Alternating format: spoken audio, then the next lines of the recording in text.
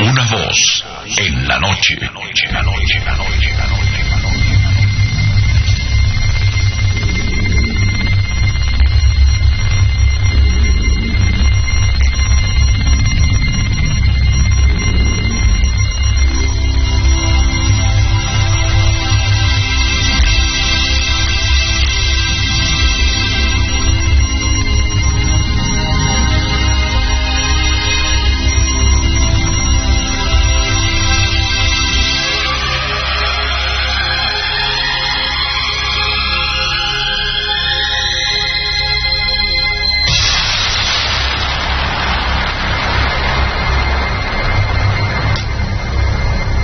Siglo 30.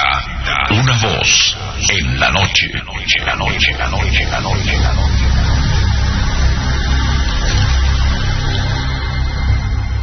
Bienvenidos a lo increíble.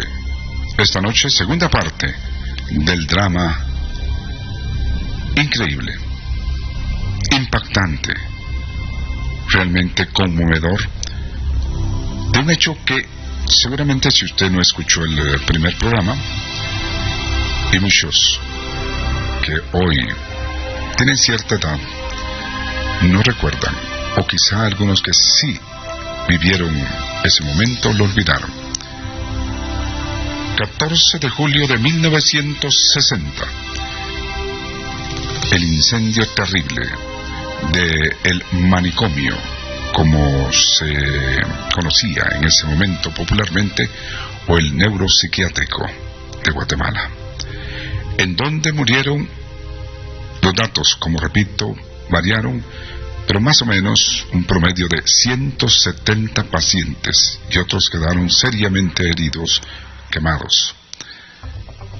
Un incendio que se inició casi a la medianoche del 14 y duró, el cuerpo de bomberos, vecinos y todos, 8 horas en quedar totalmente sofocado. Ese drama se ha perdido en la historia, sin quitarle la importancia dramática, terrible, del hogar seguro, donde van más de 40 niñas y otras terriblemente quemadas. Allí hubieron más de 170 en aquel tiempo, y con posiblemente una forma despectiva se les llamó locos, lo que es un enfermo mental, alguien que padece psicosis, que quiere decir, en otras palabras, rompimiento total con la realidad. Y eso se considera, o lo considero, como más terrible, un hecho mucho más dramático, porque estas personas no sabían lo que estaba ocurriendo. Y algunas versiones populares hablaron acerca de que hubieron muchos que se lanzaron al fuego. Imagínese usted. Una voz en la noche. Una voz en la noche.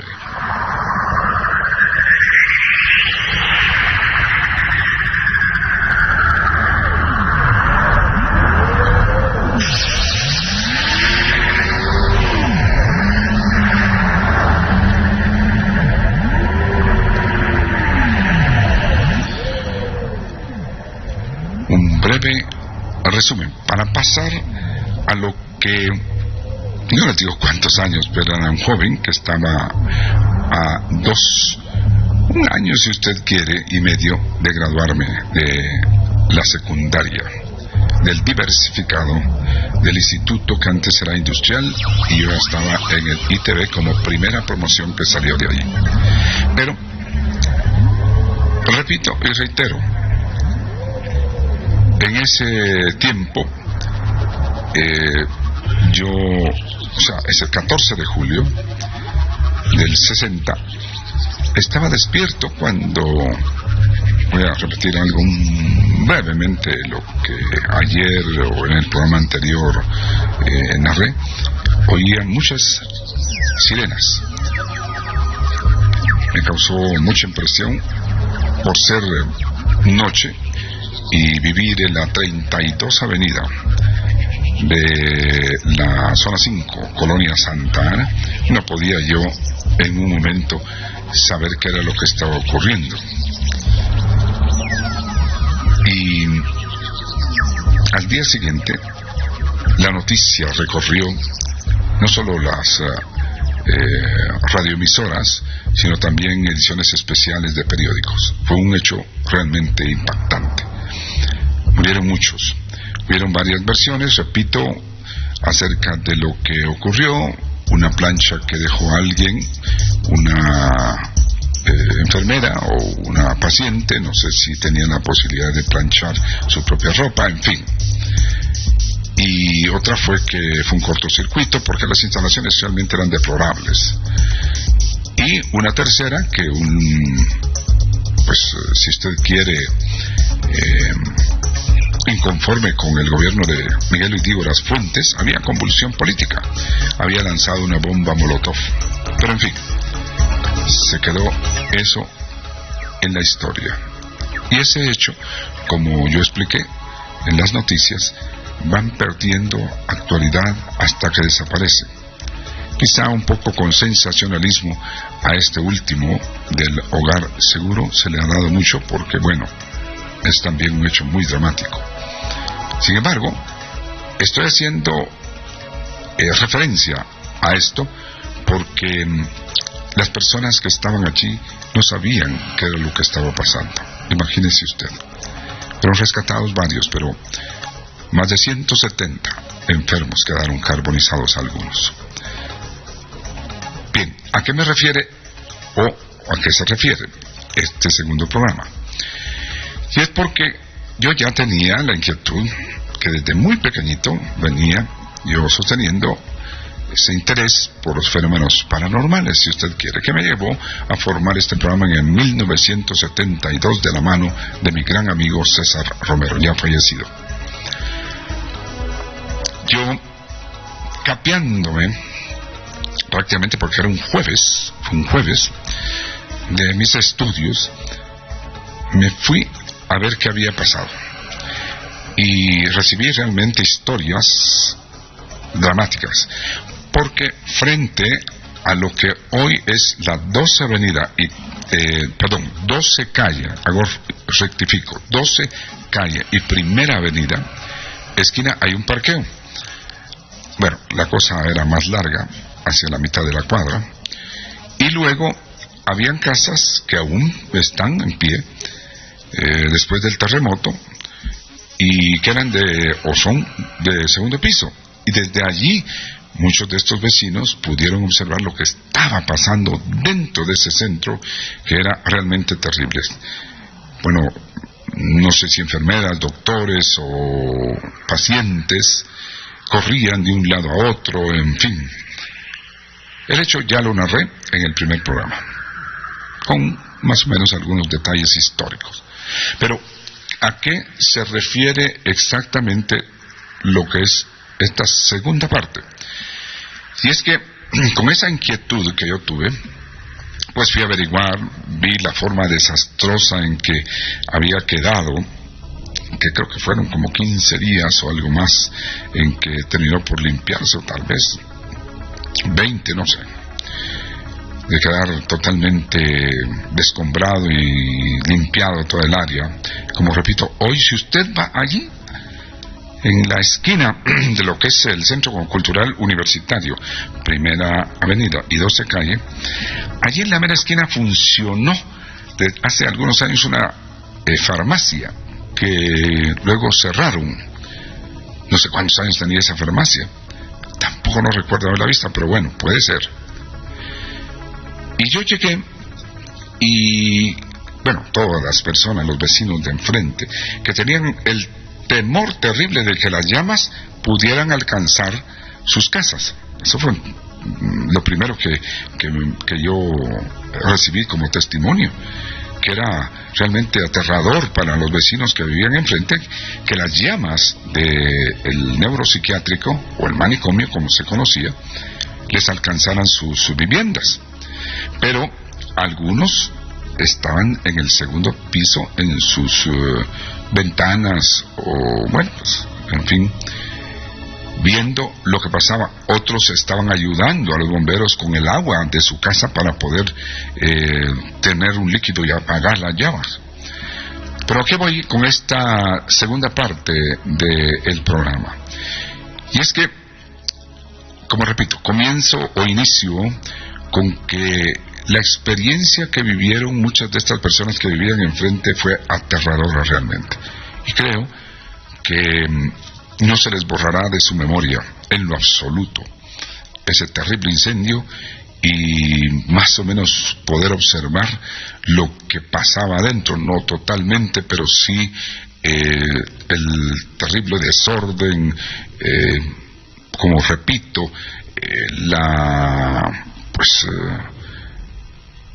diríamos, forma del guatemalteco de poder interpretar a veces las cosas y darle cabida al rumor, pues dijeron que habían algunos que se tiraban a las llamas, pero bueno. Pero lo que sí pudo tener como, digamos, una referencia es que se encontraron enfermos mentales acurrucados en habitaciones que no es como el hogar seguro, que estaba con llave, esa parte donde las pobres niñas encontraron la muerte. No, eran lugares abiertos, es decir, puertas que se podían abrir y todo lo demás. Pero las experiencias de quienes vivieron eso contaron en su tiempo que los enfermos mentales no sabían lo del fuego, murieron sofocados por el humo, pero algunos se quedaron acurrucados, teniendo la oportunidad de salir, digamos, de escapar. Eso es lo dramático de ese momento. Y yo tuve la oportunidad entonces de platicar con 2 o 3 personas de las que vivieron eso. Pero mi inquietud me llevó un buen, creo que fue, no sé si sábado o domingo, que no tenía estudios, por ejemplo, o horario de estudios, a ir a ese lugar. Aún recuerdo, estaban no descombrando, estaban limpiando ya. Habían máquinas que estaban, es decir, sacando todos los escombros y todo lo demás. Es que los enfermos fueron recluidos en otros lugares que yo al menos no recuerdo, pero según se dijo, algunos fueron llevados a la Escuela de Comercio y otros al Instituto Central de Varones, en fin, bueno, a otros lugares. Pero ¿qué pasó? Me contaron 15 días, 20 días después que yo volví a regresar, porque pues nadie quería hablar, pero después de un tiempo, previo tal vez a lo que era la formación del siglo 30, vaya, unos 5 años después, si usted quiere, no sé, a volver a ir, y ya tal vez con esa tranquilidad del tiempo transcurrido y esa memoria histórica que a veces se olvida, no a veces, casi siempre en Guatemala, los guatemaltecos tenemos poca memoria histórica, volví a llegar, y en aquel tiempo yo carecía de una grabadora, y pude tener testimonios de personas, no, tal vez no fueron 5 años, tal vez fue 1 año o 2 años, hago la rectificación ahora que mi memoria está en esto. Bueno, no importa el tiempo, pude entrevistar a vecinos que no sé si todavía viven algunos y puedan dar ese testimonio, pero me contaban que en las noches, más que todo en la madrugada, escuchaban gritos. Y es que eso fue terrible, porque cuando el incendio se oían en la calle, y por supuesto en esas casas, los gritos desgarradores de los enfermos. Me parece que solo una enfermera quedó atrapada, pero todos fueron enfermos mentales. Y según me contaron, se oían en la madrugada, algunas personas oían gritos desgarradores en la madrugada o después de la medianoche, o no sé. Pero eso fue una de las experiencias. Luego la otra que me quedó muy grabada es que personas que por una u otra razón a los balcones de esa casa, o no sé si las ventanas, podían ver el área ya descombrada, limpia, y podían ver como que había gente ahí. Eso me lo contaron, o sea, no eran exactamente como sombras que usted se pueda imaginar, sino era como que habían personas, incluso que con paso presuroso o tal vez corriendo, se miraban, y por lo menos una persona de las que, bueno, varias que me contaron eso, me relató que casi pensó que todavía estaban viendo, trabajando, pero eso fue mucho tiempo después. Vuelvo a repetir, 1 o 2 años después que yo regresé, porque yo sí fui al día siguiente, pero nadie quería hablar de nada, por supuesto, era terrible, era impactante. Después yo volví a llegar y con esa curiosidad y el respeto, la educación que en aquel tiempo se tenía, bueno, comencé a indagar. Y sí, a la pregunta de que si después de tanto tiempo algo se podía escuchar, o después, tiempo después o muy próximo a lo que había pasado, escucharon, personas me dijeron, bueno, como 3 o 4, repito, no sé, que sí se atrevieron a decirme sí. Yo desde la terraza, si usted quiere, de la casa, no sé si era el balcón, el segundo piso, no lo recuerdo muy bien, cuando escuchaba esos lamentos o gritos que no eran a diario, de repente, y una persona ya adulta, no creo que todavía vive, pero más o menos quizá como unos 50 y pico de años, me subí al balcón, omito la casa exacta donde esa persona vivía, subí al balcón o a la terraza, no recuerdo, y veía como especie de personas o sombras oscuras que se movían en ese lugar. Voy a intentar, si es que alguien que tiene relación con ese predio, parqueo que me parece, nunca he parqueado mi automóvil ahí, pero me parece que es parte del Hospital San Juan de Dios, y ahí parquean pues empleados profesionales o enfermeras que trabajan en el hospital. Si a lo largo del tiempo, como la hipótesis de la parapsicología de la impregnación, todavía en tiempos posteriores se siente, se escucha algo. Voy a tratar de hacerlo. Lo único que yo sí puedo decirles es que de pronto hay una percepción, ¿no?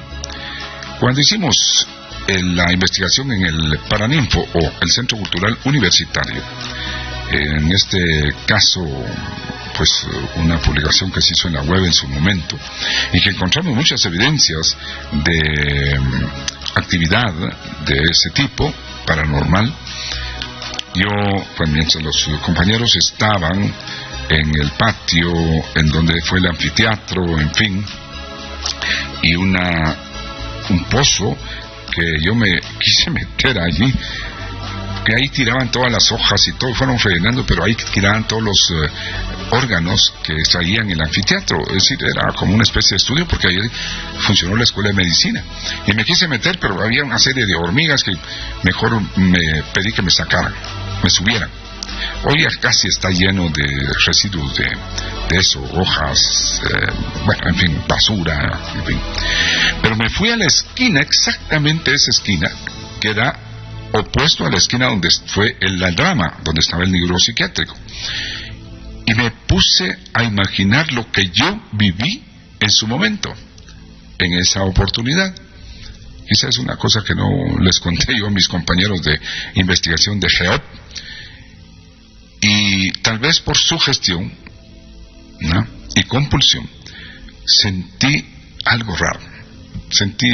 No quiere decir que yo sea un psíquico, un médium o como usted quiera, pero sí soy bastante perceptivo, aunque no me afecta mucho.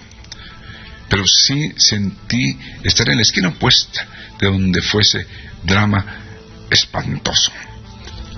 Y bueno, con mi grabadora ahora sí no salió nada, no quedó ninguna impresión de algo. Pero quiero ver si en los próximos días paso por allí y quizá el encargado del parqueo, o no sé, o quizá los vecinos todavía viven, algunos de los que tuvieron esa experiencia horrible de ver ese incendio, me puede hablar ahora que sí ya tengo una grabadora, y volveremos con el tema. Pero en su momento, sí, más de alguna persona de las que vivió de cerca ese drama me dijo que en las madrugadas, tal vez no muy posteriores, pero sí después, no sé, un año, como vuelvo a repetir, no recuerdo si un año y medio, no sé, a lo largo del tiempo sí escucharon quejidos, lamentos, incluso gritos, seguramente relacionados con esas infortunadas personas que estaban fuera de la realidad y que ese terrible incendio no entendían qué estaba pasando. Imagínense, ese es el mayor drama, y por eso les digo que este suceso dramático se perdió en la memoria. Hubo un periódico escrito que hizo un relato de esto, también en la página de internet puede encontrarse algo de esto, en fin, pero el recuerdo se pierde, porque la memoria, así es, hay hechos que suceden como este último, ¿no? Y algunos que ni siquiera habían nacido o eran muy pequeños para recordar eso, pero yo sí, en este momento lo estoy viviendo, lo estoy recordando. Fenómenos, misterios. Este ha sido Siglo 30, en 2 programas, el incendio que yo creo más dramático de la historia de Guatemala. No quito la importancia a las más de 40 niñas fallecidas, no, pero si ustedes lo comparan, fue algo espantoso, porque teniendo la oportunidad de huir, recibí informe de que muchos de los enfermos ni siquiera se movieron, porque no entendían el peligro de las llamas.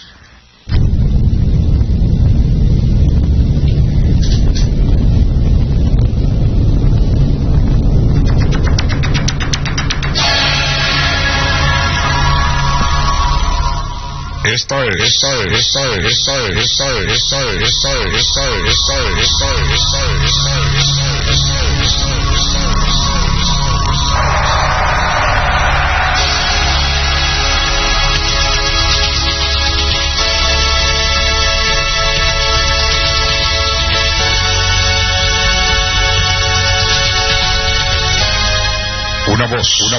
voz.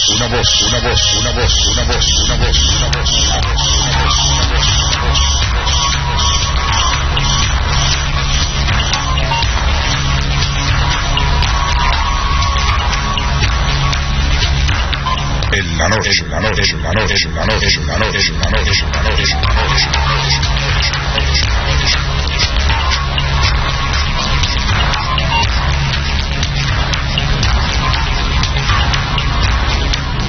Gracias por estar con este programa de lo increíble.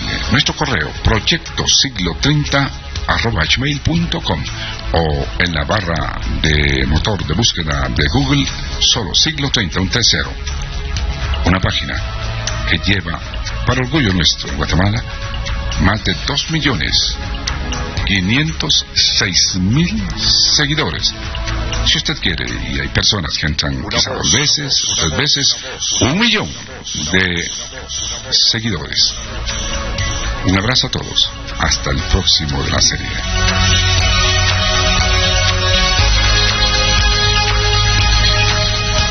En la noche, la noche, la noche, la noche, la noche, la noche, la noche, la noche.